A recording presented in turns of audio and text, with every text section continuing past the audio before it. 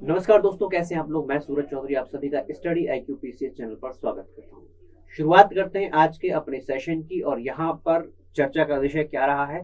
सबसे पहले चर्चा का विषय रहा पिछले वर्ष की असम और मेघालय की सरकार जो है, इन दोनों सरकारों ने एक जो डिस्प्यूट इन दोनों राज्यों के बीच में चल रहा था बाउंड्री को लेकर के, उसको सुलझाने के लिए पहल की और उसको लगभग सुलझा भी लिया है।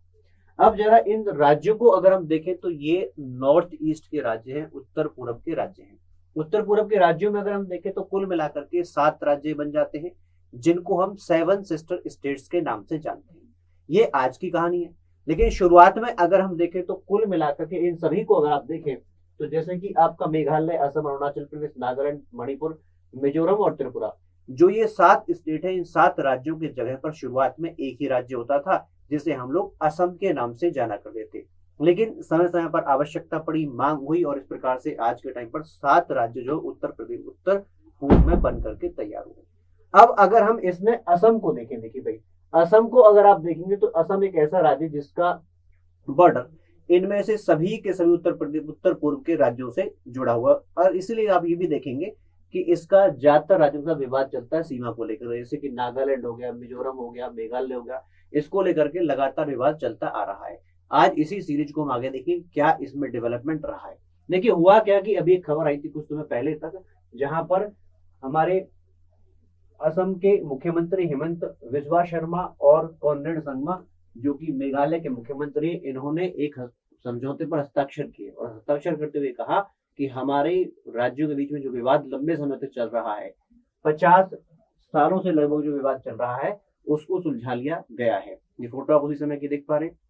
इसी प्रकार से अगर हम इस पूरे विवाद को समझे जरा होता क्या है।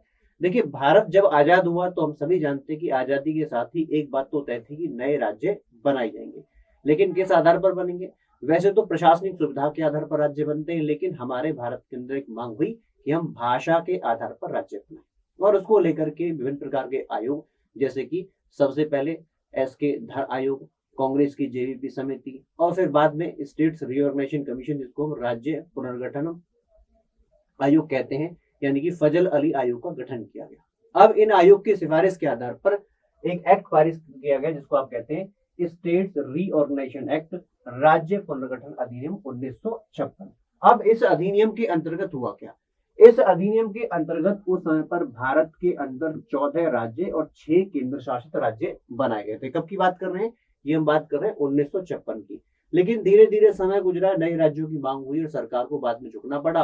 और कुल मिलाकर के आज के टाइम पर अगर हम देखें तो यही संख्या बढ़ करके 28 तो राज्य बन जाते हैं, 8 यूनियन टेरिटरी बन जाती है।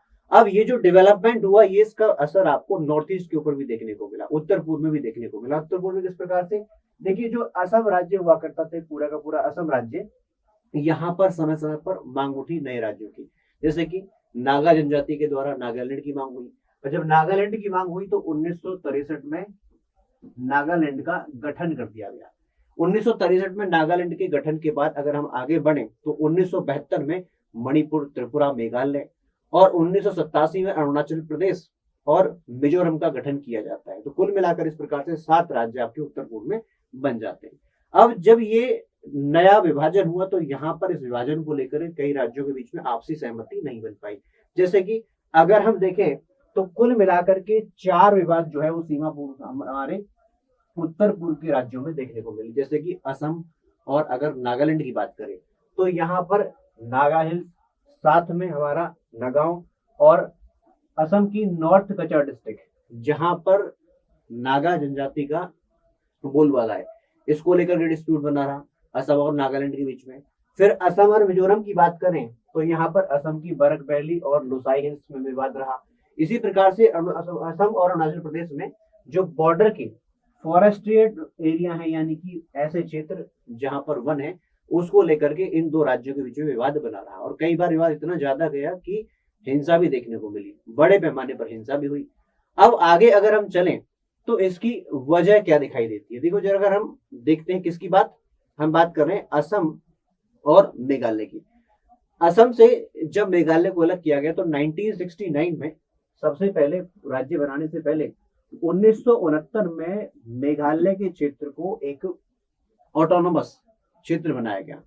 जब इससे लोगों की इच्छा पूरी नहीं हुई, उनकी आकांक्षाएं पूरी नहीं हुई, तो बाद में 1971 के अंतर्गत असम रीऑर्गेनाइजेशन एक्ट ला करके राज्य बना दिया गया।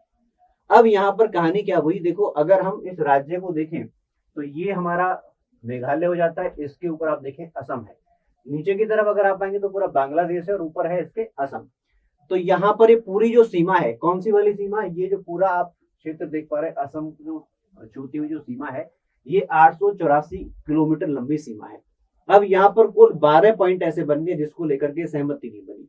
जैसे कि अगर हम देखें, जैसे कि यहाँ पर एक लंगपी जो है, ये गांव है, ये लंगपी गांव जो है, अंग्रेजों के समय की बात करें तो अंग्रेजों के समय पर ये गांव जो है असम की जो है कामरूप जिले के अंदर आता था। जब बंटवारा हुआ यानी कि विभाजन हुआ, तो विभाजन के बाद ये कहाँ चला गया, ये मेघालय के पास चला गया। अब इसको लेकर के विवाद बन गया। तो कहने का मतलब इस प्रकार से कुल 12 विवाद जो है वो इस पूरे मामले में देखने को मिले।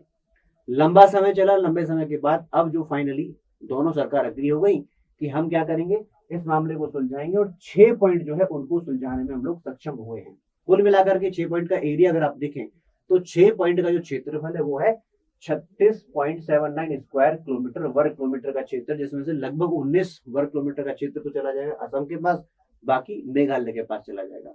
और बाकी जो क्षेत्र बच गया उसको सुलझाने के लिए क्या कहा गया, उसको सुलझाने के लिए कहा गया कि हम उसको भी सुलझा लेंगे, क्योंकि 70% जो डिस्प्यूट है वो इन्हीं एरिया से सुलझ जाता है, ये अग्रीमेंट होता है। अब ये तो एक विवाद रहा है किसके बीच में, असम और मेघालय के बीच में। ऐसा नहीं है कि ऐसे विवाद सिर्फ नॉर्थ ईस्ट में ही देखने को मिले हैं, कुछ विवाद ऐसे हैं जो खत्म हो चुके हैं, यानी आप कह सकते हैं कि अभी सुलझे नहीं है, उनकी मांग भी नहीं हुई है, लेकिन शुरुआत में ऐसी चर्चाएं देखने को मिलती थी। जैसे कि अगर हम बात करें हरियाणा और हिमाचल प्रदेश में जो परमाणु क्षेत्र है, परमाणु क्षेत्र जो कि पंचकुला के पास है, उसको लेकर के दोनों के बीच में डिस्प्यूट रहा। उसी प्रकार से महाराष्ट्र और कर्नाटक के बीच में बेलगाम जिला, जहां पर ज्यादातर लोग मराठी क्षेत्र, मराठी भाषा बोलते हैं, उसको लेकर के विवाद रहा। उसी प्रकार से हिमाचल प्रदेश की बात करें और लद्दाख की बात करें तो यहाँ पर सरचू जो कि लेह मनाली हाईवे के पास पड़ता है, ये भी इन दो राज्यों के बीच में विवाद रहा। इसके साथ साथ कर्नाटक और केरल का क्षेत्र, कर्नाटक केरल के क्षेत्र में कन्नड़ स्पीकिंग क्षेत्र है जिसको आप कहते हैं कसरगोड। तो कसरगोड जो है, कसरगोड को लेकर के भी एक विवाद देखने को मिला। और साथ में अगर हम आगे हैं तो गुजरात और राजस्थान में आती है क्या, मानगढ़ की पहाड़ियां। तो मानगढ़ हिल को लेकर के इन दो राज्यों के बीच में लंबा विवाद चला। हालांकि विवादों को खत्म कर दिया गया, जैसे कि एक विवाद आप देखते हैं चंडीगढ़ को लेकर के, जब हरियाणा का गठन हुआ तो उस समय पर चंडीगढ़ को लेकर के मांग थी कि चंडीगढ़ हमारा होगा, पंजाब वाले कहते हैं हमारा रहेगा। बाद में इसको एक कॉमन बना करके, यूटी बना करके दोनों की कंबाइंड कैपिटल घोषित कर दिया गया। ऐसा ही अगर आप विवाद देखते हैं तो ओडिशा और वेस्ट बंगाल में बहुत लंबा विवाद चला था। पहली बात तो जो मेन लैंड है उसको लेकर के, साथ में अंडमान निकोबार के आसपास बे ऑफ बंगाल में आप देखेंगे तो कुछ आइलैंड है, उनको लेकर के भी विवाद इनके बीच में रहा। तो कहने का मतलब क्या है, विवाद लंबे समय से देखने को मिले हैं। अब क्वेश्चन ये आता है कि अगर राज्यों के बीच में सीमाओं को लेकर के विवाद है, एक तो होता है कि दो राष्ट्रों के बीच में विवाद है, वो तो समझ में आता है, लेकिन फेडरेशन की दो ही यूनिट आपस में लड़ रही है, किसको लेकर के, सीमाओं को लेकर के। तो इसकी वजह क्या है, देखिए अगर हम इसकी वजह को देखें तो सबसे पहली वजह होती है, हम सभी जानते हैं कि अंग्रेजों की एक नीति रही। अंग्रेज अपनी नीति के अनुसार जब राज्य बनाते थे, कोई सीमा बनाते तो उनके मोटिव अलग रहते थे। पहला मोटिव क्या रहता था, अपना व्यापार बढ़िया चलना चाहिए, कमर्शियल पॉलिसी, उसके साथ साथ उनका एडमिनिस्ट्रेटिव पॉलिसी, इसको देखते हुए विभाजन करते थे। लेकिन हम सभी जानते हैं जब हम भारत आजाद हो तो हमने सांस्कृतिक मांग भी रखी, इसके साथ साथ भाषा के आधार पर भी क्षेत्र बनवाए, तो वो थोड़ा सा एक अलग बन जाता है। कहने का मतलब क्या है, अंग्रेजों के द्वारा बनाए गए उस सिस्टम को कुछ लोग स्वीकार नहीं कर पाते हैं। तो ये रहा। दूसरा है, कई बार कुछ आयोगों का गठन भी किया गया राज्यों के बीच में विवादों को सुलझाने के लिए। आयोग ने अपना काम किया और आप काम करने के बाद जब रिपोर्ट आई तो राज्यों ने उसको स्वीकार करने से मना कर दिया। जैसे कि अगर हम बात करें असम और नागालैंड के विवाद को लेकर के, एक सुंदरम आयोग बनाया गया था, सुंदरम आयोग बनाया गया था। तो सुंदरम आयोग की रिपोर्ट को जो है वो नागालैंड ने खारिज कर दिया था, बोले हम इसको नहीं मानते। इसी प्रकार से अगर आप देखें तो वाई चंद्रचूड़ कमेटी बनाई गई थी, किसको लेकर के, असम और मेघालय विवाद को लेकर के, जिसको उन्होंने सिरे से खारिज कर दिया था, मेघालय ने खारिज कर दिया था। तो कहने का मतलब क्या है कि जब कोई आयोग गठित किया जाता है तो उसकी सिफारिशों को ढंग से लागू नहीं किया जाता या फिर उसको करेक्ट कंप्लीटली मना कर दिया जाता है। इसके साथ साथ भारत के संविधान के अंदर भी कुछ प्रावधान है जहां पर राज्यों के आपसी विवाद को सुलझाने को लेकर के सॉल्यूशन दिया गया है। जैसे कि आर्टिकल 131 के तहत अगर कोई फेडरल डिस्प्यूट है, फेडरेशन की दो यूनिट आपस में विवाद पर हैं, तो वो सुप्रीम कोर्ट जा सकती है। और जब सुप्रीम कोर्ट जाते हैं मूल क्षेत्राधिकार के अंतर्गत, तो सुप्रीम कोर्ट कार्रवाई करता है, तो वहां पर कई बार राज्यों का आपस में सहमति नहीं हो पाती, वो सुप्रीम कोर्ट से सहमत नहीं हो पाते, जैसा कि असम और नागालैंड के कार्य में हुआ। ऐसे ही अगर आप देखें तो असम अरुणाचल प्रदेश का जो मामला है, ये जो विवाद है 1989 से अभी भी कोर्ट के अंदर पेंडिंग है, तो ये मैकेनिज्म फेल हो जाता है। इसके साथ अगर हम आगे चलें तो इंटर स्टेट काउंसिल के गठन की वो चर्चा की गई है आर्टिकल 263 में। अनुच्छेद 263 कहता है कि अगर भारत के राष्ट्रपति को लगता है कि समय आ गया है जब राज्यों के बीच में आपसी विवादों को सुलझाने के लिए या फिर ऐसे मुद्दों पर चर्चा और उस पर इन्वेस्टिगेशन के लिए किसी परिषद की आवश्यकता है, तो राष्ट्रपति ऐसी परिषद का गठन कर सकते हैं। ये जब भारत का संविधान बना तो आर्टिकल 263 भारत के संविधान में रखा गया। अब इसको इम्प्लीमेंट करने की अगर बात करें तो सब सरकारी आयोग गठित किया गया, तो उसकी सिफारिश के आधार पर 1990 में इंटर स्टेट काउंसिल का गठन किया गया। तो 50 से लेकर के 40 वर्ष तो आप बिल्कुल खाली रहे। इसके साथ साथ अगर हम बात करें तो जैसे मैंने अभी आपको बताया था, स्टेट रीऑर्गेनाइजेशन एक्ट 1956 में जब आता है, तो इसके तहत जो है भारत को 5 क्षेत्रों में बांटा जाता है। पहला पूर्वी क्षेत्र, दूसरा पश्चिमी क्षेत्र, उत्तरी क्षेत्र, दक्षिणी क्षेत्र और मध्य क्षेत्र यानी कि सेंट्रल इंडिया। तो 5 प्रकार से जोनल काउंसिल बनाई जाती है। अब ये जोनल काउंसिल अपना काम करती है, लेकिन जोनल काउंसिल का जो काम है इससे भी सफलता प्राप्त नहीं होती। उसका कारण है जैसे कि जोनल काउंसिल की जो मीटिंग होती है, पहली बार तो मीटिंग रेयर होती है। उसके साथ साथ मीटिंग का जो एजेंडा रहता है, वो एजेंडा जो है इस प्रकार के एजेंडों को शामिल नहीं करता है, तो ये भी समस्या है। ठीक है जी। अगर हम यहाँ पर जोनल काउंसिल की बात कर रहे हैं, इंटर स्टेट काउंसिल की बात करें, तो एक बार इंटर स्टेट काउंसिल को समझ लेते हैं। ठीक है, इंटर स्टेट काउंसिल क्या बनता है? देखिए, इंटर स्टेट काउंसिल की मैंने बता दिया स्थापना 1990 में हुई थी। यहाँ पर कौन रहता है? सबसे पहले इसका एक अध्यक्ष रहेगा जो कि हमारे भारत के प्रधानमंत्री होते हैं। प्रधानमंत्री के साथ साथ यहाँ पर हमारे गृह मंत्री होते हैं, होम मिनिस्टर रहते हैं। इसके साथ साथ जितने भी भारत के राज्य हैं उनके मुख्यमंत्री, जहां पर राष्ट्रपति शासन है वहां पर गवर्नर आ जाएंगे। और यूटी की बात करें तो यूटी में जहां पर मुख्यमंत्री आएंगे, जहां पर प्रशासक है तो प्रशासक चल करके यहाँ पर इसके सदस्य बन जाएंगे। इसके साथ साथ यहाँ पर 5 कैबिनेट मिनिस्टर और होते हैं यूनियन के, जिनको नॉमिनेट करते हैं भारत के प्रधानमंत्री। तो इसको मिलाकर के बनते हैं हमारा क्या? Inter state council. ऐसे ही अगर हम क्षेत्र के अंदर जोनल काउंसिल यानी कि क्षेत्रीय परिषद की बात करें, तो क्षेत्रीय परिषद का जो अध्यक्ष रहेगा वो कौन रहेगा? भारत का गृह मंत्री रहेगा।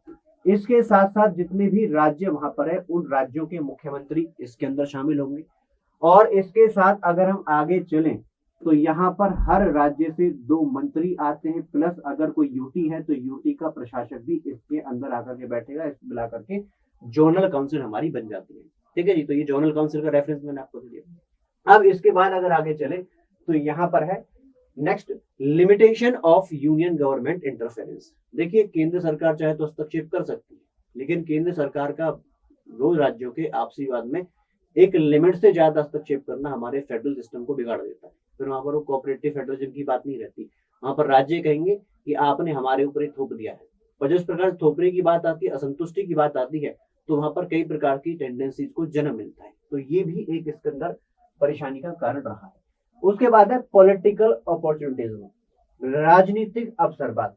देखिए, भारत का एक लोकतंत्र है और जहां पर भी पॉपुलर गवर्नमेंट बनती है, उन पॉपुलर गवर्नमेंट में सीधी सी बात है कि अगर हम किसी मुद्दे को पॉलिटिसाइज कर दें और उसको वोट बैंक के लिए आगे बढ़ाएं, तो फिर कई बार जो जायज मुद्दे होते हैं उन पर सही डिसीजन नहीं ले पाते हैं।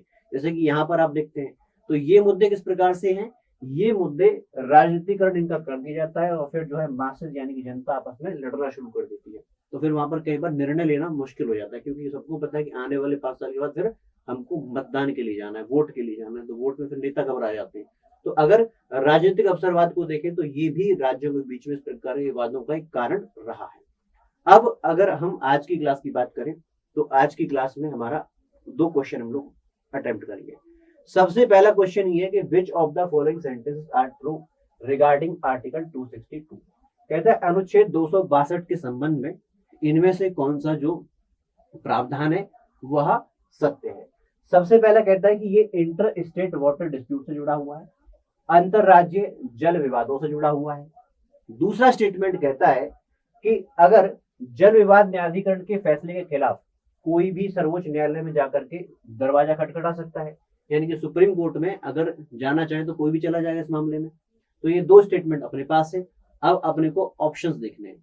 सबसे पहला ऑप्शन है केवल पहला स्टेटमेंट सत्य है, दूसरा है केवल दूसरा स्टेटमेंट सत्य है, या फिर बोथ 1 and 2 आर करेक्ट, या फिर इनमें से कोई भी सत्य नहीं है।